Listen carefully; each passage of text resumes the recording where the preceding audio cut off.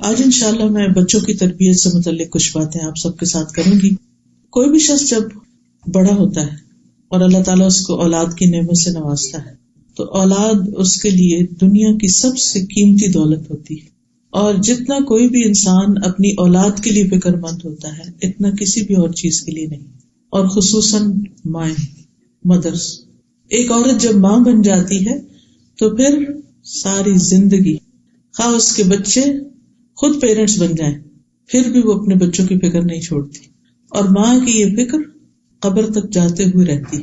اس کے دل میں ہمیشہ بچوں کی خیرخواہی اور بچوں کی بھلائی کی سوچ ہوتی ہے کہ کسی طرح میں انہیں کچھ بھی فائدہ پہنچا سکوں، خود بھوکے رہ کر، پیاسے رہ کر، تکلیف اٹھا کر، پریشانیاں اٹھا کر، اپنے پر اپنے بچوں کو ترجیح دیتی ہے۔ اللہ سبحانہ وتعالیٰ نے یہ محبت ہمارے دلوں میں فطری طور پر رکھ دی ہے، لیکن والدین کی اصل محبت، سچی محبت، صحیح محبت اسی وقت ہو سکتی ہے جب وہ اپنے بچوں کو صرف اس دنیا میں نہیں آخرت میں بھی کامیاب دیکھیں گے، کیونکہ یہ دنیا تو ختم ہو جائے گی اور آخرت کی زندگی ہمیشہ ہمیشہ کی زندگی ہے۔ لہٰذا ہم سب کو اس بات کی کوشش کرنی چاہیے کہ ہم جب بچوں کے فیوچر کا سوچیں تو وہ فیوچر صرف اس دنیا کا فیوچر نہ ہو بلکہ ان کی آخرت کا بھی ہو، کیونکہ اگر وہ دنیا میں کامیاب ترین انسان بھی ہوئے اور آخرت میں ناکام ہو گئے تو وہ کامیاب نہیں ہے۔ حقیقی کامیابی آخرت کی کامیابی ہے۔ ذالک ھو الفوز العظیم، وہ ہے اصل عظیم الشان کامیابی۔ تو انشاءاللہ تربیت اولاد سے متعلق کچھ ٹپس میں آپ کو دوں گی، انشاءاللہ اللہ نے چاہا تو آپ کے لیے فائدہ مند ہوگی۔ سب سے پہلی بات تو یہ کہ اولاد اللہ سبحانہ وتعالیٰ کا عطیہ ہے، ایک تحفہ ہے ہم سب کے لیے، اور اللہ نے جس کو جو بھی دیا ہے، بیٹا ہو یا بیٹی، اس پر راضی رہنا چاہیے، کیونکہ یہ تقسیم بھی اللہ تعالیٰ کی ہے۔ جسے چاہتا ہے بیٹیاں دیتا ہے، جسے چاہتا ہے بیٹے دیتا ہے، جسے چاہتا ہے دونوں دیتا ہے، جسے چاہتا ہے کچھ بھی نہیں دیتا، اور وہ سب کچھ جاننے والا ہے، ہر چیز پر قادر ہے، یعنی اس کو زیادہ پتا ہے کہ کس کو مجھے کیا دینا چاہیے، کون کس کے قابل ہے۔ دوسری بات یہ کہ بچے ہمارے لیے ایک خوشی کا باعث ہوتے ہیں، اگرچہ ان کے ساتھ تکلیفیں بھی ہوتی ہیں، لیکن اللہ سبحانہ وتعالیٰ نے پیغمبروں کو جب اولاد کی خبر دی تو اس کو خوشخبری قرار دیا۔ مثلا زکریا علیہ السلام نے جب دعا مانگی بچے کے لیے اور ساری زندگی مانگتے رہے، بڑھاپے میں جا کر اللہ نے ان کو اولاد دی تو فرمایا یا زکریا انا نبشرک بغلام اسمہ یحییٰ، اے زکریا ہم آپ کو ایسے لڑکے کی خوشخبری دیتے ہیں جس کا نام یحییٰ ہوگا۔ تو یہ صرف خبر نہیں ہوتی بلکہ خوشخبری ہوتی ہے۔ اسی طرح ابراہیم علیہ السلام کو جب خوشخبری ملی اسحاق علیہ السلام کی پیدائش کی تو اس وقت بھی اللہ سبحانہ وتعالیٰ فرماتے ہیں فبشرناہ باسحاق، تو ہم نے اس کو اسحاق کی بشارت دی، یعنی خوشخبری دی۔ نبی صلی اللہ علیہ وسلم بچوں سے بہت محبت کرتے تھے۔ حضرت حسن اور حسین جو ان کے نواسے تھے، ان کو آپ فرماتے کہ یہ دنیا میں میرے پھول ہیں، یہ دنیا میں میرے 2 پھول ہیں، یعنی انہیں پھولوں سے تشبیہ دیتے۔ جس طرح پھولوں کی کیئر کی جاتی ہے اور پھولوں کو دیکھ کر انسان خوش ہوتا ہے، ایسے ہی وہ بچوں کو دیکھ کر خوش ہوتے تھے۔ اور یہ حقیقت ہے کہ بچے ہماری آنکھوں کی ٹھنڈک ہوتے ہیں، اسی لیے ہمیں دعا سکھائی گئی ہے کہ ہم یوں مانگیں ربنا ھب لنا من ازواجنا وذریاتنا قرۃ اعین وجعلنا للمتقین اماما، اے اللہ ہمیں ہمارے ازواج اور ہماری اولاد سے آنکھوں کی ٹھنڈک عطا کر، یعنی ہم انہیں دیکھیں تو خوش ہو جائیں اور ہمیں متقین کا امام بنا۔ اسی طرح آپ صلی اللہ علیہ وسلم نے فرمایا کہ تمہاری اولاد تمہاری بہترین کمائی ہے، یعنی انسان اپنی زندگی میں جو کچھ بھی کماتا ہے، ارن کرتا ہے، اس میں سب سے بہترین چیز ٹاپ پہ جو ہے وہ اس کے بچے ہیں، اولاد ہے، کیونکہ اولاد انسان کے لیے دنیا میں بھی راحت، مدد، خوشی کا باعث ہوتی ہے اور آخرت کے درجات میں بلندی کا بھی ذریعہ ہوتی ہے۔ یعنی ایک انسان کے اپنے عمل ہوتے ہیں اور ایک اس کے بچوں کے اچھے کام اس کے نام اعمال میں، حسنات میں اضافہ کرتے ہیں اور وہ اس کے درجات کی بلندی کا ذریعہ بنتے ہیں۔ لیکن یاد رکھیے کہ جہاں اولاد ایک خوشخبری ہے، خوشی کا باعث ہے، وہاں اس کے ساتھ ساتھ ایک ذمہ داری بھی ہے، اور اس کے بارے میں ہم سے پوچھا بھی جائے گا۔ قیامت کے دن اللہ تعالیٰ اس کے بارے میں سوال کرے گا، ہم سے بہت سی اور باتیں پوچھی جائیں گی، ہماری جوانی کے بارے میں کہ وہ کس کام میں لگائی، ہماری علم کے بارے میں کہ اس پر عمل کتنا کیا، مال کہاں سے کمایا، کہاں خرچ کیا، اپنی زندگی کن کاموں میں لگائی. لیکن اس کے ساتھ ساتھ مسند احمد کی روایت میں آتا ہے کہ انسان سے اس کے اہل خانہ کے بارے میں بھی خصوصیت سے پوچھا جائے گا کہ اس نے اپنے گھر والوں کے ساتھ کیا معاملہ کیا اور ان کی کیسی تربیت کی.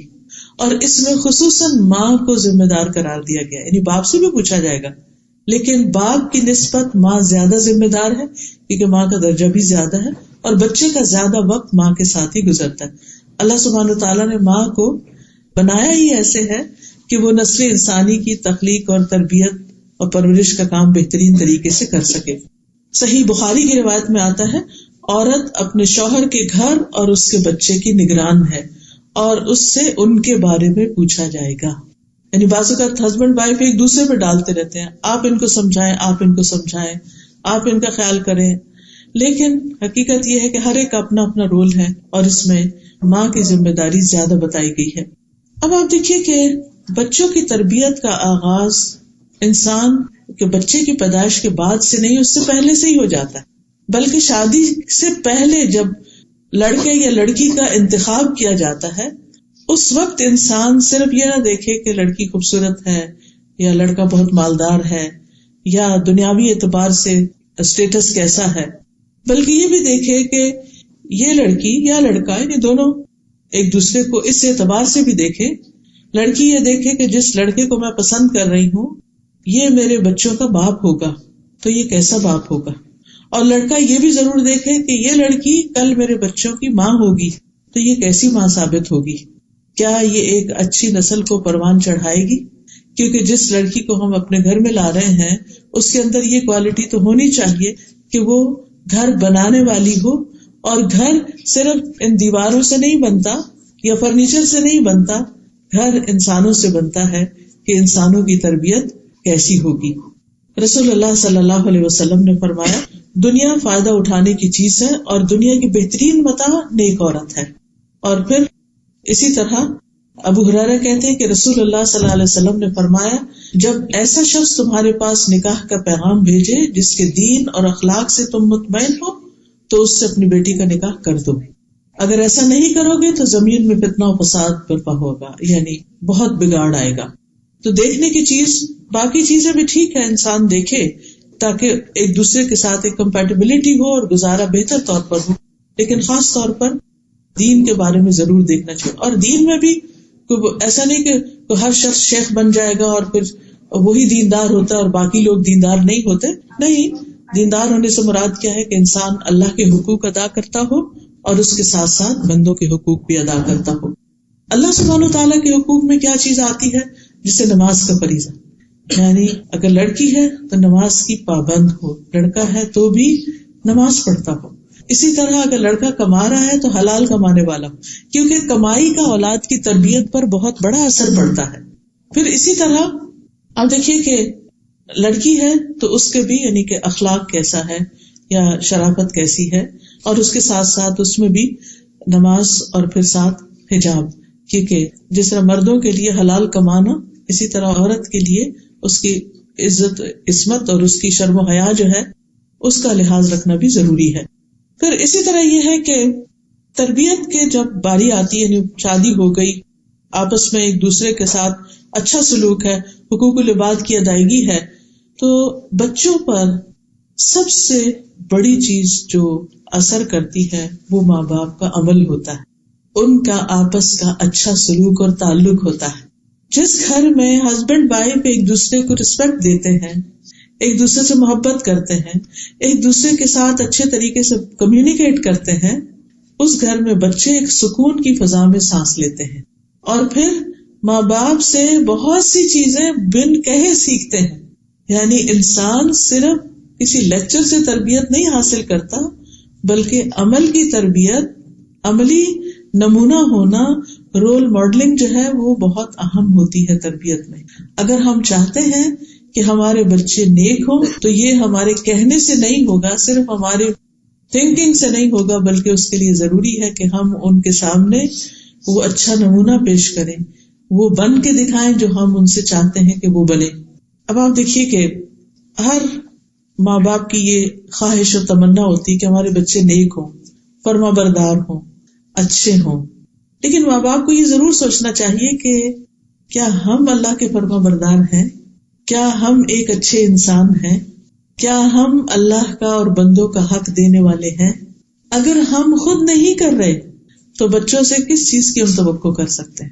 پھر اسی طرح آپ دیکھیے کہ اگر ہم چاہتے ہیں کہ ہمارے بچے آئندہ دین کے لیے قربانی کرنے والے ہوں تو ہمیں یہ دیکھنا ہوگا کہ ہم خود کیا قربانیاں کر رہے ہیں، ہم خود اپنے دین کے لیے کیا محنت کر رہے ہیں. اگر ہماری زندگی میں غفلت ہے تو وہ خود بخود بچوں میں ٹرانسفر ہوگی، وہ بھی اس کو ایزی لیں گے. اگر ہم خود وقت پہ نماز نہیں پڑھ رہے تو بچے کیوں پڑھیں گے؟ چاہے آپ کتنا بھی چلا کے ان کو کہیں کہ اٹھو نماز پڑھو، لیکن آپ نے خود تو پڑھی نہیں.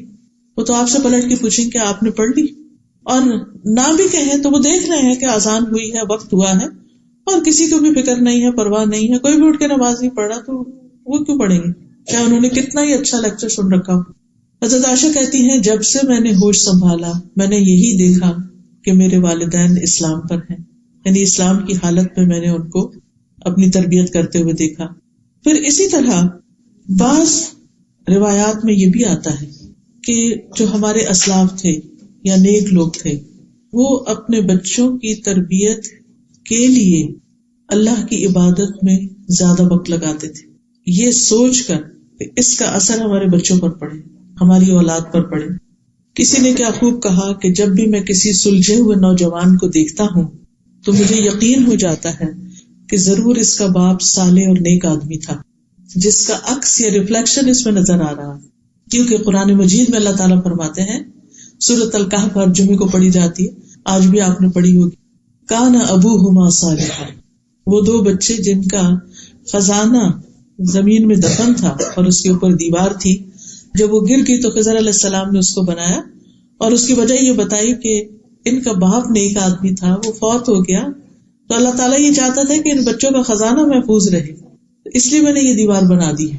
خود فوت ہو چکا ہے وہ نیک آدمی، اور اس کے بچے یتیم ہیں، اپنے آپ کو پوری طرح لک آفٹر نہیں کر سکتے، لیکن اللہ سبحانہ وتعالیٰ ان کے فیوچر اور ان کے مال کی اور ان کے انٹرسٹ کی حفاظت کس طرح کرتے ہیں؟ اس غیبی مدد کے ذریعے ان کی دیوار بنوا دی جاتی ہے کہ جب یہ اپنی جوانی کو پہنچے تو پھر اس مال کو استعمال کر سکیں.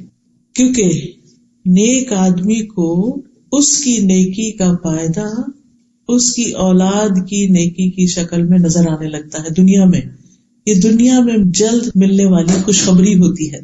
اسی طرح ایک مشہور اسپیکر ہیں ڈاکٹر نبیل، وہ کہتے ہیں مجھے جب نوافل کی ادائیگی میں سستی اور کاہلی ہونے لگتی ہے تو مجھے میرے بیٹے اور دنیا کی پریشانیاں یاد آتی ہیں کہ کہیں نفلوں کی ادائیگی میں میری سستی اور کاہلی میری اولاد کی پریشانیوں کا سبب نہ بن جائے. کیونکہ انسان جب نفل پڑھتا ہے، تہجد پڑھتا ہے، تو پھر اپنی اولاد کے لیے دعائیں کرتا ہے، اور اگر کوئی نماز ہی نہیں پڑھتا یا تہجد ہی نہیں پڑھتا تو دعا کس وقت کرے گا؟ وہ تو دعا کرتے ہوئے بھی شرمائے گا. تو وہ کہتے ہیں کہ یعنی جب مجھے تھوڑی سستی آنے لگے تو مجھے اپنے بچے یاد آنے لگتے ہیں کہ میں نے ان کی خاطر اٹھنا ہے اور دعائیں کرنی ہے ان کے لیے. تو یہ چیز ان کو عبادت میں اور زیادہ آگے بڑھاتی. اور ایک جنرل اصول کے طور پر آپ دیکھیے، ایک کامن سینس کی بات ہے کہ اگر ہم اللہ کی اطاعت نہیں کرتے، فرما برداری نہیں کرتے، ہم اللہ کے اوبیڈینٹ نہیں ہیں، تو ہم کیسے توقع کر سکتے ہیں کہ ہمارے بچے ہمارے اوبیڈینٹ ہو جائیں؟ ہمارا احسان اپنے بچوں پر زیادہ ہے یا اللہ کا احسان ہم پر زیادہ ہے؟ ہم نے تو اپنے بچوں کو وہ کچھ نہیں دیا جو ہمیں ہمارے رب نے دیا، لیکن ہم وہ سب کچھ پا کر اپنے رب کے لیے اس طرح اطاعت گزار نہیں ہوتے، اس طرح اس کے آگے نہیں جھکتے جس طرح ہم اپنے بچوں سے چاہتے ہیں کہ ان کے لیے تھوڑا بہت بھی کر کے وہ ہمارے خاموش غلام ہو جائیں، جو ہم کہیں بس وہ کریں، اور اگر وہ تھوڑی بھی اپنی مرضی کرنے لگتے ہیں تو ہم ناراض ہونے لگتے ہیں. ڈاکٹر نبیل یہ بھی کہتے ہیں کہ میرا ایک دوست تھا کویت میں، ایک بہت اچھے منصب پر تھا، یعنی کہ بہت ہائی پوسٹ پر تھا، لیکن وہ ہر روز چند گھنٹے والنٹیئر کرتا تھا، فلاحی کاموں میں لگاتا تھا. تو میں نے اس سے کہا کہ دیکھو اگر تم جو جاب کر رہے ہو اسی میں تھوڑے گھنٹے اور لگاؤ اور محنت کرو تو تمہیں اور زیادہ آگے تم جا سکتے ہو، تو تم اپنا کچھ ٹائم جو ہے وہ والنٹیئر کرنے میں گزار دیتے ہو. تو کہنے لگا کہ میں 6 بچوں کا باپ ہوں جن میں سے اکثریت میرے بیٹوں کی ہے، یعنی بوائز ہیں. مجھے ڈر ہے کہ وہ بے راہ روی کا شکار نہ ہو جائیں، جب سے میں نے قرآن مجید میں کانا ابوہما صالحا کی تفسیر پڑھی ہے کہ ان کا باپ نیک آدمی تھا، اس لیے ان بچوں کی اللہ نے کیئر کی، تو میں نے اپنی زندگی کا ایک بڑا حصہ فلاحی کاموں میں لگا دیا ہے. میں والنٹیئر کرتا ہوں اور اس کے اثرات میں اپنے بچوں میں دیکھ رہا ہوں. کیونکہ بچے جب دیکھتے ہیں نا کہ ہمارے ماں باپ سب کی خدمت کرتے ہیں، سب کے کام آتے ہیں اور اپنا وقت لگاتے ہیں، تو پھر ان کے اندر اس چیز کی ایک قدر ہوتی ہے، ایک ڈگنیٹی ہوتی ہے. لیکن اگر کوئی بچہ یہ دیکھے کہ باپ بیکار پڑا سوتا ہی رہتا ہے اور کوئی کام وقت پہ نہیں کرتا، اپنی ذمہ داریاں بھی نہیں پوری کرتا، کما کے بھی نہیں لاتا، تو وہ اس کے لیے کیسا رول ماڈل ہو؟ اور وہ باپ پھر بچوں سے کیا توقع کر سکتا ہے کہ وہ اس کے لیے کیسے بچے بنے؟ پھر اگر ہم بھی چاہتے ہیں کہ ہمارے بچے نیک ہوں، فرمانبردار ہوں، صالح ہوں، تو ہم سب کو چاہیے کہ ہم چاہے جاب کرتے ہوں، چاہے کچھ کام کرتے ہوں، چاہے ہم بزنس کرتے ہوں، کوئی کمائی کرتے ہوں، لیکن اس کے ساتھ ساتھ ہم ضرورت مند انسانوں کی مدد بھی ضرور کریں. ہم اپنے آپ کو والنٹیئر کریں کسی بھی جگہ، جو بھی ہماری اسکل ہے، اپنے علم کے ساتھ، اپنی طاقت کے ساتھ، اپنے مال کے ساتھ دوسروں کی خدمت کریں. حدیث میں آتا ہے اللہ اس بندے کی اس وقت تک مدد کرتا ہے جب تک بندہ کسی دوسرے بندے کی، اپنے بھائی کی مدد میں ہوتا ہے. آپ دوسروں کی مدد کر رہے ہیں، آپ دوسروں کی خدمت میں لگے، اللہ آپ کی مدد کرے گا اس چیز میں جہاں آپ ضرورت مند ہیں. اللہ آپ کے کام بنائے گا. میرے استاد ہمیشہ کہتے تھے کہ اگر بچہ کھانا نہ کھائے تو غریب کے بچے کو کھلاؤ، کسی یتیم کی پرورش شروع کر دو. اگر تمہارا بچہ نہیں پڑھتا تو کسی اور کے بچے کو پڑھاؤ. اس خدمت کے بدلے اللہ تمہارے بچے کو بھی اس راہ پہ لے آئے گا. یعنی جس چیز کی اپنے گھر میں کمی دیکھتے ہو وہ دوسروں کو دے کر حاصل کرو. آپ دیکھیں کہ کتنا بڑا وعدہ ہے کہ اللہ اس بندے کی مدد میں ہے، اللہ اس کی مدد کرے گا. مانا کہ اللہ اس کی مدد کرے گا جو کسی کی مدد کرتا ہے، جو دوسروں کی مدد میں لگا رہتا ہے. تو کبھی یہ نہ سوچا کرے اوہ اتنے گھنٹے میرے باہر لگ گئے، اتنے گھنٹے مجھے کیا ملا. خاص طور پر اس معاشرے میں جبکہ ہر گھنٹے کی ایک قیمت ہے. آپ اپنی سروسز دیتے ہیں تو آپ کو اس کے بدلے میں مال مل جاتا ہے. ٹھیک ہے، کچھ پیسے ہمارے ہاتھ میں آتے ہیں، ہمیں خوشی ہوتی ہے، ہر انسان کو خوشی ہوتی ہے، کیونکہ انسان کے اندر مال کی محبت اللہ نے رکھ دی ہے. یہ کبھی بھی نہیں ہوا کہ آپ کو کوئی مالی فائدہ حاصل ہو اور آپ میں وہ میرا تو کوئی دل ہی نہیں کہ مجھے کوئی فائدہ. ہمارے پیرنٹس ہمیں دیں، ہم ہسبینڈ دیں، ہم خود کمائیں، کچھ بھی ہو ہمیں ہمیشہ اچھا لگتا ہے. اور پھر آپ دیکھیے کہ اس مال کی اپنی ایک ویلیو اور اس سے ایک خوشی ملتی. لیکن جب آپ کسی کے کام آتے ہیں اور وہ آپ کو دعا دیتا ہے، اس وقت کیسی خوشی ہوتی ہے. کسی کی خدمت کر کے، کسی کی مدد کر کے، کسی کے کام آ کے، ہاں ہم تھک ہی جائیں لیکن اس کے بدلے میں جو ہمیں راحت اور خوشی نصیب ہوتی ہے، اور پھر اس وعدے کا یقین کہ میں نے دوسروں کی مدد کی، اللہ میری مدد کرے گا. تو آپ اپنے بہت سے بوجھ اور پریشانیاں اپنے اوپر سے ہٹا دیتے ہیں، اپنے امور اللہ کے سپرد کر دیتے ہیں. یہ کیسے ہو سکتا ہے کہ میں خالص اس کی رضا کے لیے اس کے بندوں کی خدمت کروں اور وہ میری مدد نہ کرے؟ وہ ضرور کرے گا. پھر اسی طرح عبداللہ بن مسعود کے بارے میں آتا ہے کہ وہ رات کو جب نوافل ادا کر رہے ہوتے تھے، تہجد پڑھ رہے ہوتے تھے، تو سامنے اپنے بچے کو سویا دیکھ کر کہا کرتے تھے من اجلک یا بنیا، تیری خاطر اے میرے بچے. یا بنیا کا مطلب کیا ہے؟ اے میرے بچے، تیرے روشن مستقبل کی خاطر، تیرے برائٹ فیوچر کی خاطر میں اپنی نماز میں اضافہ کر لیتا ہوں. ابن مسیب ایک تابعی ہے، سعید ابن مسیب، کہتے ہیں اے میرے بیٹے، میں تمہاری وجہ سے نماز کو لمبا کرتا ہوں اس امید پہ کہ تمہارے بارے میں میری حفاظت کی جائے گی، یعنی تمہارے بارے میں مجھ سے جو سوال کیا جائے گا قیامت کے دن اس کے بارے میں مجھے پکڑ نہیں ہوگی. اور پھر اسی آیت کی تلاوت کی وَكَانَ أَبُوهُمَا صَالِحًا. اسی طرح ایک آدمی کا طریقہ یہ تھا کہ جب بھی اس کا کوئی بچہ اخلاقی طور پہ بگڑ جاتا، کوئی ضد کرتا، کوئی بدتمیزی کرتا، تو وہ صدقہ کرتا اور کھانا کھلاتا. یہ دو کام کرتا، صدقہ کرتا، کھانا کھلاتا. کیوں؟ کیونکہ قرآن مجید کی آیت میں آتا ہے خذ من اموالہم صدقۃ تطہرہم وتزکیہم بہا، ان کے مالوں سے صدقہ لے کر اس کے ساتھ انہیں پاک کرے گا اور انہیں صاف کرے گا. یعنی تم انہیں پاک کرو گے، صاف کرو گے ان کے مالوں میں سے صدقہ لے کے. تو گویا مال میں سے صدقہ نکالنا اور اسی طرح خاص طور پر کھانا کھلانا، یہ کس نیکی میں سے ہے کہ جس کی وجہ سے انسان کا اپنا بھی تزکیہ ہوتا ہے اور اولاد بھی سدھرتی ہے، نیک بنتی ہے. اور وہ شخص کہتا اے اللہ یہ صدقہ میرے بیٹے کے اخلاقی تزکیے کے لیے، یہ جو میں صدقہ کر رہا ہوں یہ میں اس نیت سے کر رہا ہوں کہ میرے بیٹے کو نیک بنا دے. پس بے شک یہ اخلاقی بے رہروی میرے لیے اس کی بیماری سے زیادہ شدید ہے. یعنی بچہ بیمار ہو فزیکلی وہ کم درجے کی مصیبت ہے، لیکن اگر وہ بگڑ جائے اور بے راہ ہو جائے تو وہ بہت بڑی مصیبت ہے. پھر اسی طرح ایک اور آدمی کا واقعہ یہ ملتا ہے کہ اس کے پاس اتنا نہیں تھا جس سے وہ بہت زیادہ مالی صدقہ کر سکے، وہ بس اتنا ہی کماتا تھا جس سے اس کی اپنی گزران ہوتی تھی، اس کے پاس دینے کے لیے زیادہ نہیں ہوتا تھا. تو جب اس کا بیٹا اس کے ساتھ بدتمیزی کرتا یا اس کی بات نہیں مانتا تھا تو وہ رات کو قیام کرتے ہوئے سورۃ البقرہ پڑھتا تھا، یعنی رات کے تہجد میں سورۃ البقرہ پڑھتا اور کہتا اے اللہ یہ میرا صدقہ ہے، میرے پاس مال نہیں ہے لیکن یہ میرا صدقہ ہے، اسے تو میرے لیے قبول کر لے، یعنی مجھ سے قبول کر لے اور میرے لیے اس بیٹے کی اصلاح کر دے. تو کیونکہ نیک اعمال جو ہوتے ہیں یہ وسیلہ بنتے ہیں دعاؤں کی قبولیت کا. ہم نیک لوگوں کو وسیلہ بناتے ہیں، ان کی نیکی تو ان کے ساتھ ہے. ہمیں جس وسیلے کا حکم دیا گیا وہ نیک اعمال ہے کہ ہم صدقہ کریں، نماز پڑھیں، دعا کریں اور اس سے اللہ سے مدد مانگیں. اسی طرح ہمیں یہ یاد رکھنا چاہیے کہ ہم اپنے بچوں کی اصلاح کس طرح کریں، اس نیت کے ساتھ اللہ کی عبادت کر کے کہ یہ بچے سدھر جائیں. اور یاد رکھیں کہ ہمارے ہاتھ میں کوئی طاقت نہیں کہ ہم اپنے بچوں کو نیک بنا سکیں جب تک اللہ کی مدد نہ ہو، وہی مدد کرنے والا ہے. پھر اسی طرح اللہ کا تقوی اختیار کرنا، اللہ سے ڈرنا. پھر بچوں کو اپنے ساتھ مختلف کاموں میں، پروجیکٹس میں، والنٹیئرنگ میں شریک کرنا، ان کو ساتھ لے کے جانا. مثلا ہر جمعے کو آپ جو ابھی آپ کے قریب مسجد ہے اس کی صفائی اپنے ذمہ لے سکتے ہیں کہ نمازیوں کے آنے سے پہلے میں ہال کی صفائی کروں. آپ کیا کر سکتے ہیں کہ اپنے بچے کو تھرسڈے نائٹ ساتھ لے جائیں، خود اکیلے نہیں جائیں، ہسبینڈ وائف بچے کو ساتھ لے کے جائیں کہ چلے اللہ کا گھر صاف کرتے ہیں، اور پھر ایک ایک کونے خدرے کو صاف کریں، کہیں کوئی داغ دھبا ہے اس کو مٹائیں، اس کو خوشبودار کریں، صفیں لگائیں. جو بھی ایک مسجد کی خوبصورتی اور بیوٹیفیکیشن ہو سکے، مسجد اللہ کا گھر ہو.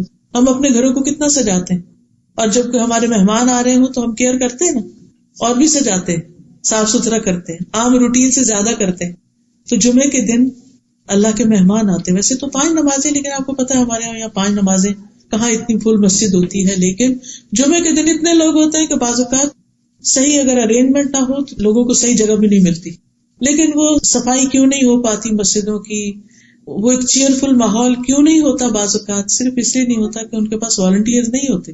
تو آپ ان سے بات کر کے کہ آپ مجھے یہ خدمت دے دیں. آپ کو معلوم ہے کہ الحمدللہ جیسے الہدا میں ویکینڈ میں کلاس ہوتی ہے، ابھی نئی سورۃ البقرہ شروع ہوئی ہے، اور ماشاءاللہ اس میں 400-500 لوگ ہیں، اور ہر ہفتے ان کے لیے بینچز لگانا اور چیئرز لگانا اور ہال کی سیٹنگ ٹھیک ٹھاک کام ہے. آپ کو معلوم ہے کہ کچھ سسٹرز ہیں، 2 سسٹرز، وہ پچھلے 5 سال یہ خدمت کرتی رہی ہیں. میں نے آج تک نہیں دیکھا ان کو کہ وہ کون ہے. مجھے ریسنٹلی بتایا گیا کہ وہ ارلی مارننگ آتی ہیں کلاس سے پہلے اور آ کر سارے بینچز لگاتی ہیں خاموشی کے ساتھ. ان کے بچے بھی ساتھ ہوتے ہیں، وہ بغیر ناشتے کے نماز پڑھتے ہی بس گھر سے نکل آتے ہیں، کیونکہ اتنے سارے بینچز کہاں سے نکال کے وہ پورے ہال میں لگانے ہیں اور پھر ساری سیٹنگ کرنی ہے. اور پھر جب ساری سیٹنگ ہو جاتی ہے تو پھر کلاس سے پہلے بچوں کے ٹم ہارٹن پہ لے جا کے ان کو تھوڑا کھلا پلا کے پھر واپس آ کے کلاس اٹینڈ کرتے ہیں. یہ والنٹیئرنگ ہے. اور وہ بچے مسلسل دیکھ رہے ہیں کہ ہر ہفتے ہماری ماں اور ان کی دوست مل کے مسجد ٹھیک کرتے ہیں. کیا ماں کی یہ نیکی بچوں میں ٹرانسفر نہیں ہوگی؟ کیا انہیں یہ طریقہ نہیں آئے گا؟ آپ بھی کہیں نہ کہیں کوئی اسلامک سینٹر ہو، کوئی جگہ، اس کو اپنا سمجھے اور اس میں والنٹیئر کریں. آپ کو معلوم ہے کہ اوور آل جو ہے عموماً مساجد کے ریسورسز اتنے زیادہ نہیں ہوتے کہ ہر چیز پروفیشنل طریقے سے کرا سکیں، لیکن کچھ لوگ ہوتے ہیں کہ وہ یہ کام کر سکتے ہیں. مجھے اچھی طرح یاد ہے جب میری بیٹی کا رشتہ ہونا تھا، تو جب رشتہ آیا چھوٹی بیٹی کا، تو میں نے پتہ کیا کہ لڑکا کیا کیا کرتا ہے، اس کی کیا عادات ہیں، کیا کیا اس کے کام ہیں. تو مجھے پتا چلا کہ وہ فلاں مسجد میں جمعے کے دن جمعرات کی رات کو وہاں کے ٹوائلٹ صاف کرتا ہے. تو اس سے کیا پتا چلتا ہے کہ ایک انسان ہمبل ہے, اس کے دل میں دین کی خدمت کا جذبہ, اور دین کی خدمت کے لیے ضروری نہیں کہ کوئی بہت بڑا ہائی فائی کام کیا جائے. مسجد کا ٹوائلٹ صاف کرنا ہم کیوں کریں, کلینر کیوں نہیں رکھ لیتے؟ بعض اوقات چھوٹے سیٹ اپ ہوتے ہیں, وہ نہیں رکھ سکتے یہ سب کچھ, بعض اوقات اتنی ڈونیشنز بھی نہیں ہوتی, اور اگر ہو بھی تو جو کام ہم کریں گے وہ کلینر تھوڑی کر سکتا ہے. تو اگر young boys, university going boys آپ کے ہیں, ساتھ لگائیں اور انہیں کہ چلیں کام کر, اس بہانے مسجد میں جا کے ایک نماز ہی پڑھ لیں گے. اگر انہیں آپ کہیں گے نا کہ آؤ نماز پڑھنے چلے, تو ہو سکتا ہے نہیں پڑھنے جائیں, لیکن اگر آپ کہیں کہ چلو آؤ کچھ ہوبر لگاتے ہیں چل کے. آپ کو معلوم ہے کہ یہ کام معمولی کام نہیں, یہ کام کس نے کیا تھا؟ ابراہیم علیہ السلام نے, اسماعیل علیہ السلام نے. اللہ سبحانہ وتعالیٰ نے قرآن مجید میں سورۃ البقرہ میں اس کا ذکر کیا 127 آیت پہلے پارے میں, وَإِذْ يَرْفَعُ إِبْرَاهِيمُ الْقَوَاعِدَ مِنَ الْبَيْتِ وَإِسْمَاعِيلُ رَبَّنَا تَقَبَّلْ مِنَّا إِنَّكَ أَنْتَ السَّمِيعُ الْعَلِيمُ. اور جب ابراہیم اور اسماعیل بیت اللہ کی بنیادیں اٹھا رہے تھے, باپ نے بیٹے کو ساتھ لگایا اور تعمیر کی, تو انہوں نے دعا کی ہے ہمارے رب ہم سے یہ قبول کر لے, بے شک تو سب کی سننے والا اور جاننے والا ہے. پھر اللہ تعالیٰ نے دونوں کو حکم دیا کہ انطہر بیتی للطائفین والعاکفین والرکع السجود, میرے اس گھر کو صاف کرو طواف کرنے والوں کے لیے, سجدہ کرنے والوں کے لیے, رکوع کرنے والوں کے لیے, اعتکاف بیٹھنے والوں کے لیے. پیغمبر ہیں دونوں, پیغمبر دوسرے چھوٹے تو بعد میں بنے, لیکن پیغمبر ہیں, بہت معزز ہیں, لیکن وہ اللہ کا گھر تعمیر بھی کرتے ہیں اور اس کی صفائی بھی کرتے ہیں. یہ کوئی معمولی کام نہیں. یاد کیجئے اس عورت کا واقعہ جو بخاری کی روایت میں آتا ہے کہ جو مسجد میں صفائی کرتی تھی, ایک دن نظر نہیں آئی تو نبی صلی اللہ علیہ وسلم نے اس کے بارے میں پوچھا کہ وہ کہاں ہے. پتہ چلا کہ وہ تو اچانک بیمار ہوئی اور فوت بھی ہو گئی. تو صحابہ نے کہا کہ کیا نبی صلی اللہ علیہ وسلم کو تکلیف دیں گے رات کے وقت؟ انہوں نے رات میں خود ہی جنازہ پڑھا, اس کو دفن کر دیا, کیونکہ حکم یہی ہے کہ جو ہی ڈیتھ ہو بس جتنا جلد از جلد جنازہ کرو. خیر, آپ نے پوچھا کہ اس کی قبر کہاں ہے, آپ اس کی قبر پہ گئے, لوگوں کو ساتھ لے کر گئے اور وہاں دوبارہ جنازہ پڑھا, اس کو خود اس کے لیے دعا کی. اب آپ دیکھیے کہ یہ سعادت کس کو ملتی ہے کہ اللہ کے رسول صلی اللہ علیہ وسلم ایک ایسی خاتون جس کا نہ کوئی آگے نہ پیچھے ہے, مسجد میں ہی رہتی ہے, مسجد کی صفائی کرتی ہے, اس کا جنازہ پڑھ رہے ہیں. وہ معمولی اعزاز ہے؟ اللہ کی نگاہ میں اس کی اہمیت کیا بڑی. ہم سمجھتے کہ بہت بڑے بڑے ٹائٹل ہوں اور پھر ہم کام کریں تو پھر اس سے ہماری بہت شان بنے گی. شان ہمیں لوگوں کی نظر میں چاہیے, تو شان اللہ کی نگاہ میں ہونی چاہیے. تو یہ چھپی نیکیاں بعض اوقات, اور یہ اللہ کی خاطر ایسے کام کرنا, اس کا اثر اولاد میں جاتا ہے. پھر اسی طرح مسجدوں کے علاوہ آپ دیکھیے ہاسپٹلز ہیں, بوڑھے لوگوں کے اولڈ ہومز ہیں. کل میری بیٹی بتا رہی تھی کہ ان کا اسکول کا ٹرپ گیا ہوا تھا بچوں کا, اولڈ ہوم میں لے کر گئے تھے ان کو, شاید 8-9 سال کا بچہ اس کا. کہہ رہی تھی کہ کل شام گھر آ کر اتنا رویا کہ جس طرح اس نے بوڑھے لوگوں کو وہاں دیکھا, کوئی فیملی ان کے پاس نہیں, وہ بیمار ہیں, وہ بیٹھے ہوئے ہیں, لونلی ہیں. تو وہ سین تو مجھ سے پوچھ رہی تھی کہ میں اب اس کو کس طرح کمفرٹیبل کروں, کیا بتاؤں اس کو. ہمارے بچے یہ سب چیزیں تو دیکھتے نہیں, نہ جنازہ دیکھتے ہیں, نہ قبرستان دیکھتے ہیں, نہ اولڈ ہوم دیکھتے ہیں. دل کس چیز سے نرم ہو, وہ اپنی آخرت کے بارے میں کیوں سوچیں؟ وہ تو دنیا ہی دنیا ان کے سامنے. ہم انہیں لے جاتے ہیں, کبھی کہیں کھانا کھلانے لے جاتے ہیں, کبھی کسی ٹوائز کی شاپ پر لے جاتے ہیں. ہم سمجھتے ہیں یہ ہم بچوں کی بہت بڑی خدمت کر رہے ہیں اور اس سے ہمارے بچے ہم سے بہت خوش ہو جائیں گے اور ہمارے بڑے فرما بردار ہوں گے. نتیجہ کیا ہے؟ جتنی ہم ان کو عیش کروا رہے ہیں, جتنی ہم ان کی ہر خواہش پوری کرتے چلے جا رہے ہیں, اتنا ہی وہ مزید بگڑتے چلے جا رہے ہیں. کسی بات پہ خوش ہوتے ہی نہیں, کیونکہ وہ ایک چیز وہ اب ان کی نگاہ سے اتر گیا, اب ان کو اس سے بڑی انٹرٹینمنٹ چاہیے, اس سے بڑی انٹرٹینمنٹ چاہیے. تو پھر وہ زندگی کی جو حقائق ہیں اور زندگی کی جو مشکلات ہیں ان کو فیس کرنا نہیں آتا ان کو. مومن آخرت پر یقین رکھتے ہوئے اپنی زندگی گزارتا ہے. ہمیں خود بھی اپنے لیے اور اپنی نسلوں کے لیے, اپنی تربیت اور تزکیہ کے لیے بھی اور اپنے بچوں کی تربیت کے لیے بھی ان سب جگہوں پر والنٹیئر کرنے کی ضرورت ہے. پھر اسی طرح اور بھی آپ دیکھ سکتے, آپ کے نیبرہڈ میں کوئی بزرگ خاتون ہو سکتی ہے, کوئی بیمار ہو سکتا ہے, کسی کو کسی اور چیز کی, نئے امیگرینٹس کو مختلف چیزوں کے لیے ضرورت ہو سکتی ہے. آپ دیکھیے کہ آپ کہاں کس کی کیسے مدد کر سکتے ہیں. آپ کی سرزمین تو وہ ہے جس نے بہت سارے سیرین ریفیوجیز کو ویلکم کیا ہے. ان کے بچے کیا پڑھ رہے ہیں, کیا نہیں پڑھ رہے, ان کے حالات کیا ہیں, ایسے لوگوں سے آپ کانٹیکٹ کر سکتے ہیں جو ڈائریکٹ ان کی مدد خدمت کر رہے ہیں، ان کے ساتھ آپ شامل ہو سکتے ہیں. بہت کام ہے کرنے کے، لیکن اپنی ذاتی زندگی، اپنی گھریلو زندگی، اپنی سوشلائزنگ میں سے وقت نکالیے. اگر آپ واقعی چاہتے ہیں کہ آپ کے بچے صحیح راستے پر آ جائیں تو پھر اپنے جان، اپنے وقت، اپنے مال کو اللہ کی خاطر قربان کریں. پھر اسی طرح بات ہو رہی تھی کہ اچھا رول ماڈل بن کے بچوں کی تربیت کرنا. اس میں یہ بھی آتا ہے کہ جیسے بچوں سے کیے ہوئے وعدے پورے کریں، ان سے غلط بیانی نہ کریں، سچی بات کریں. ایک خاتون نے اپنے بچے کو بلایا، ادھر آؤ میں تمہیں کچھ دوں. تو آپ نے اس سے پوچھا کہ تم کیا دینے والی ہو؟ انہوں نے کہا کہ میں اس کو کچھ میٹھی چیز دوں گی، کھجور دوں گی. تو آپ نے فرمایا اگر تم اسے کچھ نہ دیتی تو تمہارے اوپر جھوٹ کا گناہ لکھا جاتا. کبھی بھی بچوں سے جھوٹ نہ بولو، ان کا اعتماد چلا جاتا. زندگی میں کسی پہ بھی ٹرسٹ نہیں کرتے، کیونکہ ماں ایسی چیز ہوتی ہے نا کہ جس پر انسان آنکھیں بند کر کے ٹرسٹ کرتا ہے. لیکن اگر یہ انسان کو احساس ہو جائے نا کہ ماں دھوکہ دیتی ہے، ماں ڈرامہ کرتی. پچھلے دنوں کسی خاتون کی بات مجھ سے ہوئی تو بہت پریشان تھی.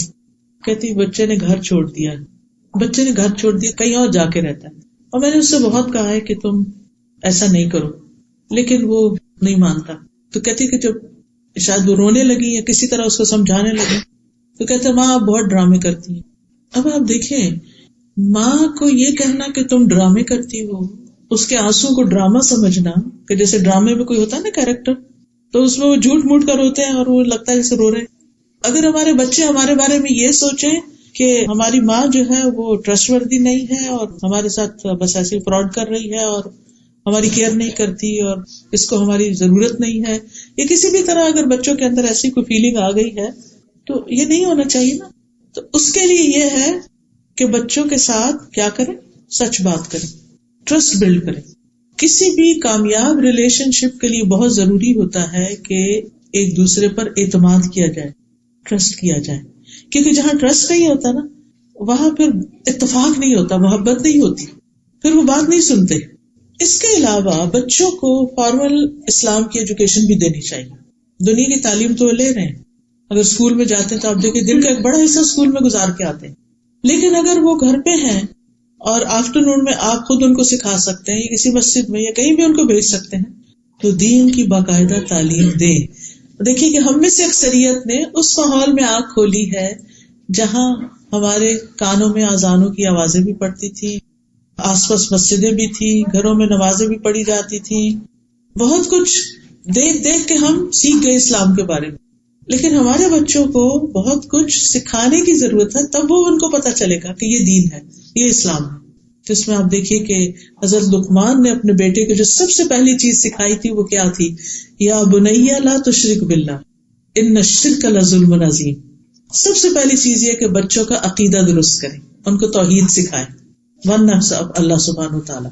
کیونکہ اگر وہ توحید پر ہے نا تو کوئی اس سے غلطی کوتاہی ہو بھی گئی تو اللہ تعالیٰ معاف کر دے گا. لیکن اگر شرک میں انہوں نے زندگی بسر کی تو شرک تو بہت بڑا ظلم ہے، شرک کا گناہ کبھی معاف نہیں ہوگا جب تک کہ اس سے توبہ نہ کر لیں. تو لا الہ الا اللہ کا معنی سکھانا بہت ضروری ہے. وہ کیسے؟ عبداللہ بن عباس کہتے ہیں کہ ایک دن میں نبی صلی اللہ علیہ وسلم کے پیچھے سوار تھا تو آپ نے فرمایا اے لڑکے میں تجھے چند کلمات سکھا رہا ہوں، اللہ کے احکام کی حفاظت کرو، اللہ تمہاری حفاظت کرے گا.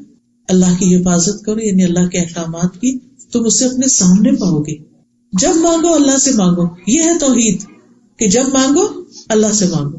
اس لیے بچوں کو کوئی بھی چیز ضرورت ہو نا تو آپ اسے کہ اچھا اللہ سے دعا کرو اور پھر آپ اس کو ہیلپ کریں، لیکن اسے اپنے سے نہیں جوڑیں، اللہ سے جوڑیں. پھر جب مدد چاہو اللہ سے مدد مانگو، امتحان میں مدد چاہیے، بزنس میں، جاب میں، کسی بھی چیز میں اللہ سے مدد مانگو. جان رکھو اگر ساری دنیا مل کر تمہیں کوئی نفع پہنچانا چاہے تو تمہیں کچھ نفع نہیں دے سکتی، کچھ فائدہ نہیں دے سکتی سوائے اس کے جو اللہ نے تمہارے لیے لکھ دیا. اور اگر سارے مل کر تمہیں کوئی نقصان دینا چاہے تو تمہیں کچھ نقصان نہیں دے سکتے سوائے اس کے جو اللہ نے لکھ دیا. قلم اٹھا لیے گئے، صحیفے خشک ہو گئے. تو اس سے کیا پتہ چلتا ہے کہ بچوں کو بچپن سے ہی بتا دینا چاہیے کہ اصل فائدہ اور نقصان اللہ کے ہاتھ میں، کوئی تمہارا کچھ نہیں بگاڑ سکتا، تاکہ ان کے اندر ایک بہادری ہو. اور پھر یہ سکھاؤ کہ جو کچھ چاہیے اللہ کی طرف رجوع کرو. یہ ہے توحید. آپ کو معلوم ہے کہ حضرت یعقوب علیہ السلام کی جب وفات ہوئی تو وفات سے پہلے وہ اپنے بچوں کو جو وصیت کر رہے تھے اس کے بارے میں قرآن میں آتا ہے ام کنتم شہداء اذ حضر یعقوب الموت اذ قال لبنیہ ما تعبدون من بعدی قالوا نعبد الہک و الہ آبائک ابراہیم و اسماعیل و اسحاق الہ واحدا ونحن لہ مسلمون. کیا تم موجود تھے اس وقت جب یعقوب کو موت آئی، جب اس نے اپنے بیٹوں سے کہا میرے بعد کس کی عبادت کرو گے؟ پیغمبر ہے اللہ کے یعقوب علیہ السلام، جن کے بیٹے یوسف علیہ السلام بھی، اور باقی بھائی تو آپ کو معلوم ہے وہ قصہ. تو ان کو وہ جوان بیٹے تھے، بڑے تھے، سمجھدار تھے، ان کو کہہ رہے ہیں کہ میرے بعد تم کس کی عبادت کرو گے یہ بتاؤ، حالانکہ وہ اسلام پر تھے. آج آپ دیکھیں آپ کے بچے جس ماحول میں رہ رہے ہیں، کیا یہ میک شور کرنا جاننا ضروری نہیں کہ ہمارے بعد ہمارے بچے، ہماری نسلیں اسلام پر ہوں؟ تو ان سے پوچھنا چاہیے کہ ہمارے بعد تم کس ریلیجن کو فالو کرو گے، کس دین پر ہوگے تم؟ تو انہوں نے کہا ہم آپ کے الہ یعنی اللہ کی عبادت کریں گے جو آپ کا الہ ہے، آپ کے باپ دادا کا، ابراہیم کا، اسماعیل اور اسحاق علیہ السلام کا، الہ واحدہ ونحن لہ مسلمون، اور ہم سب اسی کے مسلمان فرما بردار ہیں. اس سے کیا پتہ چلتا ہے کہ پیغمبروں نے اپنی اولاد کو ایک الہ کی عبادت کی تعلیم دی اور مرتے دم تک اس کی فکر کی. پھر ان کے اندر اللہ کا ڈر پیدا کیا جائے گا. لوگوں کا ڈر نہیں پیدا کریں، اس سے بزدلی آتی، اللہ کا ڈر، اس سے قوت آتی. حضرت لقمان ہی کے بارے میں جو ابھی آیات پڑھی گئی، انہوں نے کہا تھا یا بنیا، اے میرے چھوٹے بچے، بے شک اگر کوئی چیز رائی کے دانے برابر ہی کیوں نہ ہو، آسمان میں ہو، چٹان میں ہو، یا آسمانوں یا زمین میں، اللہ اس کو لے آئے گا. بے شک اللہ بڑا باریک بین، پوری خبر رکھنے والا ہے. تو اللہ سبحانہ تعالیٰ کے ناموں اور صفات کا علم دے بچوں کو کہ اللہ کون ہے، اللہ کی پہچان دے، پھر آخرت کا تصور دے ان کو. یاد ہوگا آپ کو کہ نبی صلی اللہ علیہ وسلم نے جب ابتدائی دعوت دی تھی اسلام کی، تو آپ نے اپنے خاندان والوں کو دعوت پہ بلایا تھا. تو اس وقت سب سے خطاب کر کے کیا کہا تھا؟ کچھ یاد ہے آپ کو کہ جب آپ نے اپنے خاندان والوں کو دعوت پر بلایا تھا تو اس وقت کیا کہا تھا؟ وَأَنذِرْ عَشِيرَتَكَ الْأَقْرَبِينَ، اپنے قریبی رشتہ داروں کو خبردار کرو. آپ نے ایک ایک کر کے سب کے نام لیے تھے. پھر خواتین میں سے پھپھی کا نام لیا اور اپنی بیٹی کا نام لے کے کہا اے فاطمہ بنت محمد صلی اللہ علیہ وسلم، اپنے آپ کو جہنم کی آگ سے بچاؤ. میں اللہ کی طرف سے تمہارے لیے کسی چیز کا اختیار نہیں رکھتا. تم لوگوں سے رشتہ ہے، میں اسی طرح جوڑتا رہوں گا جس طرح جوڑنا چاہیے، لیکن اللہ کے ہاں رشتے ختم ہو جائیں گے، تمہیں میں نہیں بچا سکتا. تو آخرت کی فکر ڈالی اپنی بیٹی کے اندر کہ اپنے لیے خود کچھ کرو. پھر اللہ تعالیٰ سارے اہل ایمان کو حکم دیتا ہے یا ایھا الذین آمنوا قوا انفسکم واہلیکم نارا، اے ایمان والو اپنے آپ کو، گھر والوں کو آگ سے بچاؤ. اور اس کے لیے پہلا قدم توحید اور دوسری چیز عبادات میں نمازوں کی پابندی. 7 سال کا بچہ ہو جائے تو نماز شروع کرا دیجیے، ایک نماز سے شروع کرے، پھر 2 3 4 5، جب تک 10 سال کا ہو 5 کی عادت پڑ جائے، اور پھر مسجد کی عادت پڑ جائے، صبح وقت پہ جاگنے کی عادت پڑ جائے، اور پھر سنتوں اور نوافل کی.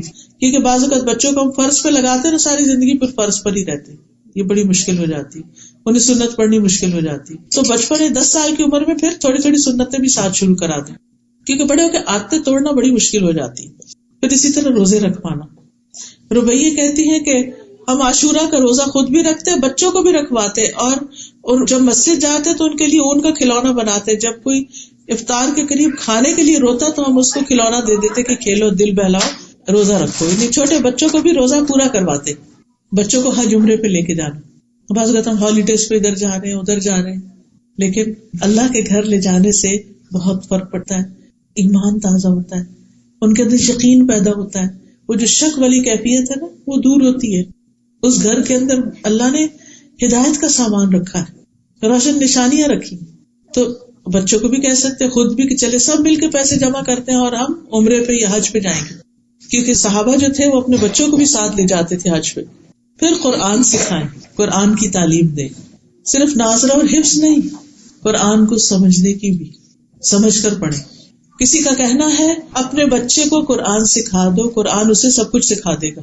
یعنی جو تم اسے نہیں نہ سکھا سکتے، تربیت نہیں کر سکتے، یہ کرو یہ نہ کرو، تو اگر تم اسے قرآن سکھا دو گے اسے سب باتیں خود ہی پتہ چل جائیں گی، تو تمہارا بہت کام کم ہو جائے گا. نہیں تم ایک کام کر لو، باقی کام وہ کرے گا.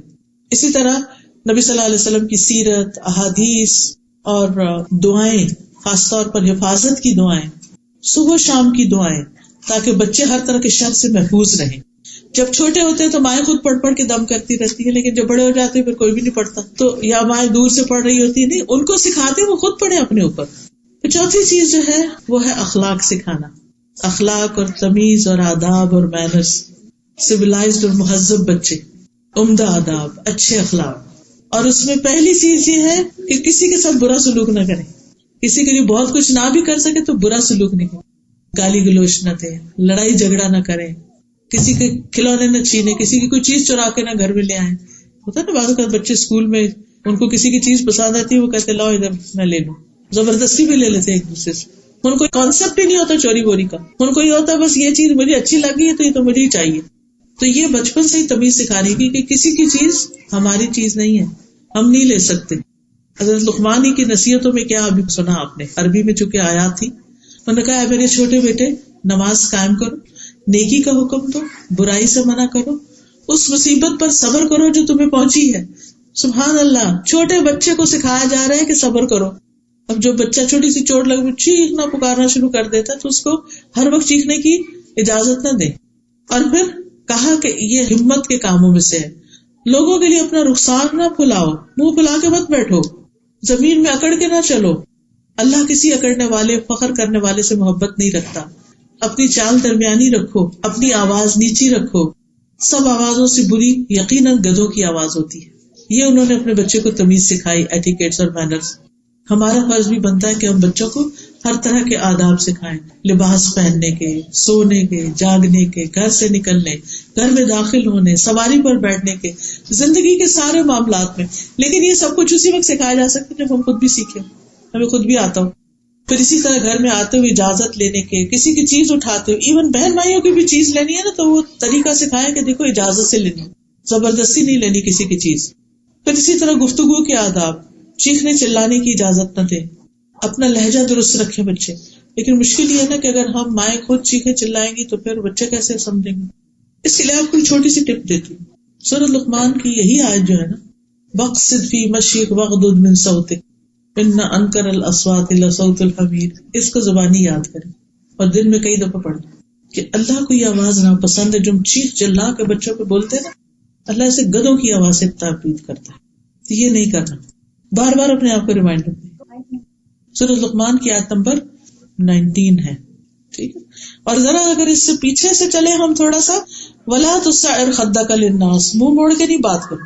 یعنی کہ ہم کوکنگ کر رہے ہیں اور بچہ کو بات کر رہا ہے تو ہم ایسے منہ کر رہے ہیں اور اپنا کام کر رہے ہیں، نہیں، اس کی طرف دیکھیں تاکہ وہ امپورٹنٹ فیل کرے اپنے آپ کو کہ میری ماں مجھے توجہ دیتی.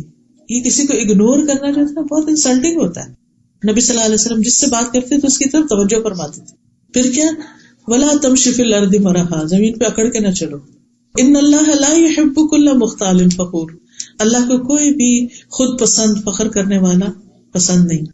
وَاقْصِدْ فِي مَشْيِكَ وَاغْضُضْ مِنْ صَوْتِكَ إِنَّ أَنْكَرَ الْأَصْوَاتِ لَصَوْتُ الْحَمِيرِ. اپنی چال درمیانہ رکھو، اپنی آواز نیچی رکھو، بے شک سب آوازوں سے بری آواز گدھوں کی آواز ہے.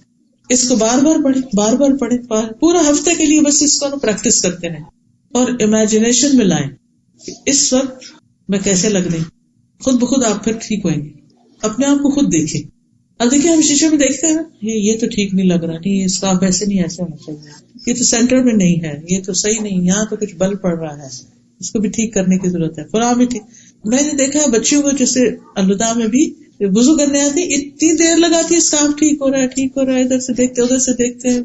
ٹھیک ہے ان کی عمر ہے، میں سمجھتی ہوں کہ سب سے امپورٹنٹ چیز ان کے لیے اسکارف ٹھیک کرنا. تو اس میں آپ دیکھیے کہ اگر ہم اتنے کانشیس ہیں صرف اسکارف کے بارے میں کہ ہم اس میں نیٹ کلین ٹائڈی لگے، تو پھر ہماری آوازیں اور ہمارا آنکھیں کھول کے چیخنا چلانا وہ کیا چیز ہے. اس میں بھی تو اچھے نہیں لگتے. اس وقت شیشے کے آگے جا کے چیخ کے دیکھیں، کبھی اکیلے میں پریکٹس کر کے دیکھیں اور شکل کیسے ہو جاتی ہے. تو یہ شکل اگر ہم ایک سے زیادہ دفعہ بچوں کو دن میں دکھا رہے ہیں تو اس سے بچنے کی ضرورت ہے. پھر اسی طرح رازوں کی حفاظت کرنا. اگر کوئی کہنا کہ مجھے فلاں نے یہ بات کی میں نہیں بتاؤں گا، تو آپ اسے نہیں کہیں مجھے تو بتانی ہوگی، مجھے بتاؤ. چاہے آپ ماں پھر بھی انہوں نے کہا اچھا اگر ابا نے کہا نہیں بتانی ٹھیک ہے نہیں بتاؤ، تاکہ اس کو راز کی حفاظت کریں. کوئی امانت تو حفاظت کرنی آئے، کوئی وعدہ کیا پورا کرنا آئے. پھر اسی طرح جب وہ بول رہے ہوں تو غلط لہجے اور بہت زیادہ سلینگ اور سویرنگ جو ہوتی ہے اس کی اجازت نہ دے. مجھے یاد ہے کہ ہم چھوٹے ہوتے تھے تو ہمارے والد نے اتنا ہمیں ڈرایا اس چیز پر, ایک گالی دی اگر تو ایک سانپ قبر میں ہوگا. پتہ نہیں اس کی کیا حقیقت تھی کیا نہیں, لیکن اتنا ڈر لگا کہ چپکے سے کہیں چھپ کے بھی گالی کسی کو نہیں دی. اتنا ڈرایا گالی سے کہ گالی تو منہ سے نکالنی ہی نہیں, زبان ناپاک ہو جاتی. آج آپ دیکھیں گے ہم پگ کا لفظ بولتے ہوئے تو مسئلے کا شکار ہو جاتے ہیں کہ نہیں یہ تو آپ نے بچوں کو اسکول میں کتاب کیوں پڑھا دی گئی, اور یہ اس کو تو اتنا بڑا ایشو بنا لیتے ہیں اور اس کو گالی بنا دی. لیکن اور جو وہ ادھر ادھر کی گالیاں بول رہے ہیں اس کے ہم شاید خود بھی نہ پتا ہو کیا کہہ رہے ہیں. اس چیز کو بہت کانشیس رہے, زبان صاف رہے, کیونکہ ایک دفعہ جب وہ زبان پہ ایسی چیزیں چڑھ جاتی ہیں پھر وہ ہمیشہ اسی طرح بولتے ہیں. اور شروع میں ہنستے ہیں ہم بچوں پر کہ دیکھو اس نے کوئی نیا لفظ سیکھ لیا, لیکن بعد میں وہی چیزیں نقصان کا باعث بنتی ہیں. اور قبر میں سانپ ہے ہی نہیں, لیکن ہمارے اعمال نامے میں یہ چیزیں لکھی جا رہی ہیں اور کل قیامت کو دیکھنی بھی ہوگی. اسی طرح یہ کہ بچوں کو اچھا ماحول دیں, گھر کے اندر بھی, لیکن باہر جہاں دوستوں میں یا کسی سینٹر میں یا کہیں بھی بچوں کا کوئی کلب ہے وہاں بھی دیکھ بھال کے لے جائیں کہ اور بچے کس قسم کے آتے ہیں وہاں پر, کیونکہ بچے اپنے دوستوں کو بہت کاپی کرتے ہیں. تربیت میں ایک حصہ آپ کا ہے لیکن ایک حصہ ان کے ماحول کا ہے, یعنی جو گھر سے باہر کا ہوتا ہے کہ ان کے فرینڈز کیسے. اچھے بھلے بچے دین سے دور ہو جاتے ہیں صرف اس وجہ سے کہ فرینڈز جو ہے وہ دین پر نہیں. حدیث میں آتا ہے صاف طور پر کہ انسان اپنے دوست کے دین پر ہوتا ہے, اسے چاہیے کہ دیکھے کہ وہ کس کو دوست بنا رہا ہے, کس کی کمپنی میں رہتا ہے. آپ جو کچھ ہے نا اپنی کمپنی کی پیداوار ہے, اس لیے اچھے لوگوں کے ساتھ, نیک لوگوں کے ساتھ خود بھی بیٹھیں, ان کو بھی لے جائیں, اس مجلس کی آداب سکھائیں. ٹھیک ہے جب بچے شور کر رہے ہوں تو کسی الگ کمرے میں لے کے بیٹھے, لیکن میں نے دیکھا کہ کچھ مائیں اپنے چھوٹے بچوں کو مسجد میں لاتی ہیں جیسے اللہ تعالیٰ سمجھا سکھا کے پاس بٹھاتی ہیں اور بچے آرام سے بیٹھے رہتے. میں حیرت سے دیکھتی رہتی ہوں کہ پورا خطبہ اس بچے نے سن لیا بغیر کچھ گڑبڑ کیے, کیونکہ بچپن سے ماں کو لانے کی عادت تھی اور سمجھا کے لائے, یہاں بھاگنا نہیں, یہاں بولنا نہیں, یہاں کچھ کرنا نہیں, یہ اللہ کا گھر ہے, یہ اللہ کا گھر ہے. تو اس سے کیا ہوگا کہ اس کے دل میں جو ہی مسجد دیکھے گا اندر آئے گا, وہ آٹومیٹیکلی اس میں یہ چیز آئے گی کہ یہاں نہیں بھاگنا, یہ نہیں. لیکن اگر ہم لے تو جائیں مسجد اور اس کے بعد اپنی دوستوں کے ساتھ لگ جائیں اور بچے ہر طرح کی بدتمیزیاں کرتے پھریں, تو اس سے پھر وہ کیا سیکھیں گے. تو پہلے سے ذہن بنا کے لائیں ہم اللہ کے گھر جا رہے ہیں, جیسے ہم کسی دوست کے گھر جاتے ہیں, ہم فلاں آنٹی کے گھر جا رہے ہیں, فلاں جگہ جا رہے ہیں, ہم مال جا رہے ہیں, ہم فلاں کھیلنے جا رہے ہیں. لیکن جب مسجد آئے تو ہم مسجد جا رہے ہیں اور مسجد میں جا کے ہم یہ کریں گے وہاں, اور اس کے لیے موٹیویٹ کریں گے کتنا اجر اور کتنا ثواب ہے. پھر اسی طرح لوگوں کی خدمت کی عادت اگر بچپن سے ہی ہو جائے تو بہت اچھی, اور اس میں ظاہر ہے کہ پھر رول ماڈل تو آپ ہی ہو گئے. گھر میں اگر آپ کی ساس ہیں, بڑی امی ہیں, تو ان کے پاس ڈیلی بیٹھنا, وقت نکالنا, ان کی تھوڑی خدمت کرنا اور بچوں کو ساتھ لگانا کہ اچھا چلو تم بھی لگو, چلو میں ان کے پاؤں دبا رہی ہوں تم ہاتھ دباؤ, وہ تھوڑی دیر دبائیں گے پھر بھاگ جائیں گے, بور ہو جائیں گے, پھر آئیں گے, پھر لیکن کرتے کرتے کرتے ان کو عادت ہو جائے گی. حضرت انس کہتے ہیں کہ جب نبی صلی اللہ علیہ وسلم مدینہ آئے تو میری عمر 10 سال تھی. میری مائیں, نانی, خالہ وغیرہ مجھے نبی صلی اللہ علیہ وسلم کی خدمت کی مسلسل تاکید کرتی تھی, اور میں نے آپ کی 10 سال خدمت کی. حضرت انس آپ کے ساتھ رہے.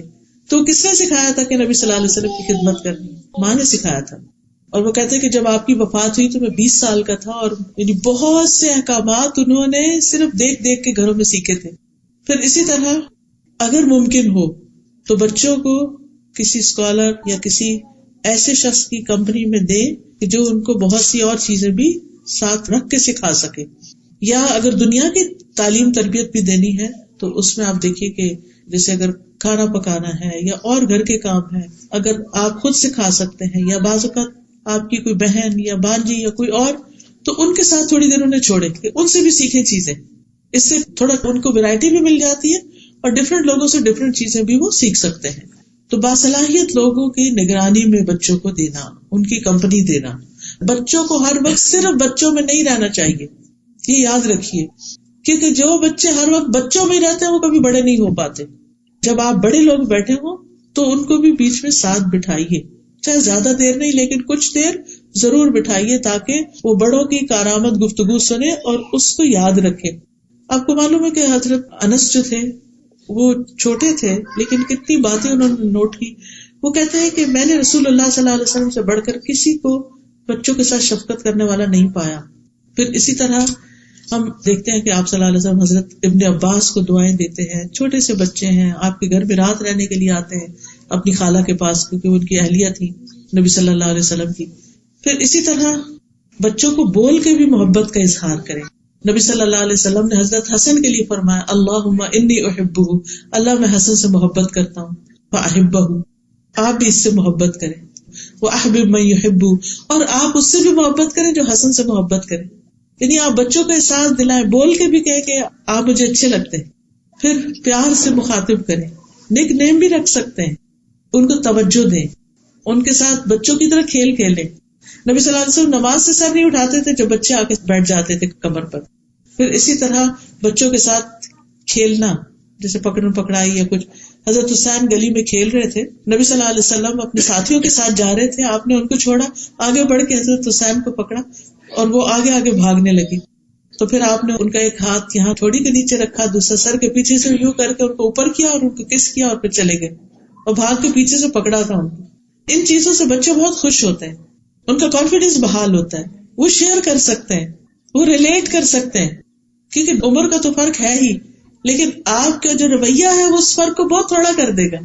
لیکن اگر آپ بہت سنجیدہ ان کے ساتھ اور وہ اپنے دل کی بات شیئر ہی نہیں آپ سے کر سکتے تو یہ اچھی بات نہیں, پھر آپ ان کو کہہ بھی نہیں سکتے کچھ. پھر اسی طرح اگر بچے بیمار ہو جائیں تو ان کا خیال کرنا, پھر ان کا علاج کرانا, لیکن اوور ڈوز نہیں کرنا. کچھ مائیں اتنی زیادہ کانشیس ہوتی ہے کہ چھوٹے چھوٹے بچوں کو بار بار ڈاکٹر کے پاس لے جانا اور بار بار ان کو خوب دوائیاں دے کے بچپن میں ان کی امیونٹی خراب کرنا, تو اس چیز سے بچنا چاہیے. پھر بڑے بچوں کو بھی پیار کرنا, یعنی بعض بچے ٹین ایجر ہیں تو کئی دفعہ تو ہمارے سے اونچے ہو جاتے ہیں, جتنے مرضی بڑے ہو جائیں ساتھ لگائیں, ماتھے بھی پیار کریں, ہاتھ پکڑیں, اس کو چومیں. اس سے بچوں کے اندر ایک آپ سے کلوزنس آئے گی, پھر وہ آپ سے شیئر کریں گے, پھر آپ ان کو اچھی نصیحت دے سکتے ہیں. کیونکہ بہت سے لوگ پوچھتے ہیں نا کہ اچھا جو بڑے بچے ہو گئے ان کے ساتھ کیا کریں, ان کے ساتھ تو ہر وقت لڑائی رہتی ہے, تم نکمے ہو, تم کچھ کرتے نہیں ہو, تم یہ نہیں کرتے, ان کی کسی بات پہ راضی نہیں. اب اس کا نتیجہ کیا ہوتا ہے, وہ پھر کترانا شروع کرتے, اوائڈ کرنا شروع کر دیتے, قریب ہی نہیں آتے, تربیت ہی نہیں ہوتی. پھر اسی طرح نبی صلی اللہ علیہ وسلم حضرت فاطمہ کو چومتے تھے, پاس بٹھاتے تھے, ان کو اپنی جگہ بٹھاتے تھے. پھر اسی طرح آپ اپنی چادر میں ان کو گھسا لیتے تھے, بچوں کو, چھوٹے بچوں کو, پھر ان کو اٹھاتے تھے, کبھی مارا نہیں تھا چھوٹے بچوں کو, اور پھر زیادہ روک ٹوک بھی نہیں, ہر بات میں انٹرفیئر نہیں کرے, نہ یہ نہیں کرو. اب ہوتا ہے کہ بچہ سے نہ یہ نہیں لو, وہ اٹھا لیا, وہ پکڑا, وہ اٹھا لیا, وہ لیا, کچھ تو ان کے لیے بھی چھوڑ دیں کہ وہ بھی کسی چیز سے انجوائے کریں. ابھی آپ نے اپنی کتاب اٹھائی ہے, ان کے لیے کچھ اور رکھ دیں تاکہ اس پہ, بعض بچے بھی کہتے ہیں وہی چاہیے جو آپ کی. اچھا بعض بچے قرآن پکڑتے ہیں, کہتے اوہ بچے نے قرآن پکڑ لیا, گرا دے گا. پھر کیوں آپ سوچ رہے گرا دے گا؟ آپ نیچے ہاتھ رکھ لیں اگر چھوٹا بچہ ہے, یا کسی بھی طرح نظر رکھیں, اور اگر بچہ آگے پیچھے کرے پھر سے خود قرآن لے کے چومے, اس کو سینے سے لگایا کہ اللہ کی کتاب ہے, نیچے نہیں رکھنا, تو نیکسٹ ٹائم کیئر کرے گا. لیکن یہ تو نہیں کہ بچہ کو قرآن کو ہاتھ ہی نہ لگانے دیں, اور جب وہ بچہ بڑا ہوگا اور آپ کہیں گے یہ لو قرآن, تو وہ کہے گا اب میں ہاتھ نہیں لگاتا اس کو, کیونکہ ہر دفعہ اس نے ہاتھ لگایا اور آپ نے کھینچ لیا اس سے. ہر دفعہ نماز پہ آپ پہ چڑھا اور آپ نے پیچھے کر دیا, وہ کیوں نماز اور قرآن سے محبت کرے گا؟ جن چیزوں کی دین میں رخصت ہے, اجازت ہے, اتنا تو ان کو کرنے دیں. اور پھر یہ آخری بات ہے کہ بچوں کے لیے خوب دعائیں کریں, کیونکہ صرف ہماری کوششیں کافی نہیں ہیں, دعائیں بہت ضروری ہیں. نبی صلی اللہ علیہ وسلم نے فرمایا 3 طرح کے لوگوں کی دعائیں قبول ہوتی ہیں, مظلوم کی دعا, مسافر کی دعا, اور والد کی اپنی اولاد کے لیے دعا. باپ بچوں کے لیے دعا کرے. آپ اپنے بارے میں کہتے تھے میں اپنے باپ ابراہیم کی دعا ہوں. انہوں نے دعا کی تھی نا کہ اللہ ایک پیغمبر بھیج اس میں سے, اور جو ان پہ تلاوت کرے اور کتاب اور سنت حکمت کی تعلیم دے. تو آپ کو اس بات پر خوشی تھی کہ ابراہیم علیہ السلام نے میرے لیے دعا مانگی تو میں پیدا ہوا اور میں نبی بن کے آیا. تو آپ اپنے بچوں کے لیے دعا میں اللہ ان کو ایسا بنا دے, ایسا بنا دے, ایسا بنا دے, جو بھی آپ کے ڈریمز ہیں, جو بھی خواب ہیں, اور ان کے سامنے بھی بولا کریں. اور کبھی بچوں کو بد دعا نہ دیں, غصے میں آ کے بد دعا نہیں, کیونکہ ہوتا کیا اس سے اگر قبول ہو گئی تو کون روئے گا. اور نیک اولاد کے لیے دعائیں, صالح اولاد کی دعاؤں کا ایک چھوٹا سا کارڈ ہے, اگر وہ ہو تو انسان کسی وقت دن میں ایک دفعہ پڑھ لے بچوں کے لیے, جس میں ربی حب لی من الصالحین, ربی حب لی من لدنک ذریۃ طیبہ انک سمیع الدعاء, ربنا حب لنا من ازواجنا وذریاتنا قرۃ اعین واجعلنا للمتقین اماما, ربنا واجعلنا مسلمین لک ومن ذریتنا امۃ مسلمۃ لک وارنا مناسکنا وتب علینا انک انت التواب الرحیم رب اوزعنی ان اشکر نعمتک التی انعمت علی وعلی والدی وان اعمل صالحا ترضاه واصلح لی فی ذریتی انی تبت الیک وانی من المسلمین. ہر روز معمول بنا لے کہ صبح میں یا رات میں ایک دفعہ ماں باپ کے لیے، ہسبینڈ کے لیے، بچوں کے لیے ضرور دعا کرنی، کیونکہ ہماری خوشیاں ان کے گرد گھومتی ہیں. یہ نیک ہوں گے تو ہمیں خوشی ہوگی. پھر رب اجعلنی مقیم الصلاۃ ومن ذریتی ربنا وتقبل دعا. پھر وجنبنی وبنی ان نعبد الاصنام. اور پھر اللہم انی اعوذ بک من جار السوء ومن زوج تشیبنی قبل المشیب ومن ولد یقول علی ربا. اے اللہ میں تیری پناہ طلب کرتا ہوں برے پڑوسی سے، ایسی بیوی سے جو مجھے بڑھاپے سے پہلے بوڑھا کر دے، یا ایسے شوہر سے، اور ایسی اولاد سے جو میرا آقا بن بیٹھے، یعنی اولاد ہماری ہمیں کنٹرول کرنا شروع کر دے، ایسے مال سے جو میرے لیے عذاب بنے، ایسے چال باز دوست سے جس کی آنکھیں مجھے دیکھ رہی اور جس کا دل میری نگرانی کرتا ہوں. اگر وہ کوئی نیکی کی بات دیکھے تو اسے دبا دے، اور اگر برائی دیکھے تو لوگوں پھیلا دے اس کو. پھر بچوں کے نیک سلوک کے بدلے دعا دینا، اور اگر وہ کوئی بدتمیزی شرارت بھی کرے تو بھی دعا دے، بس دعا نہ دے.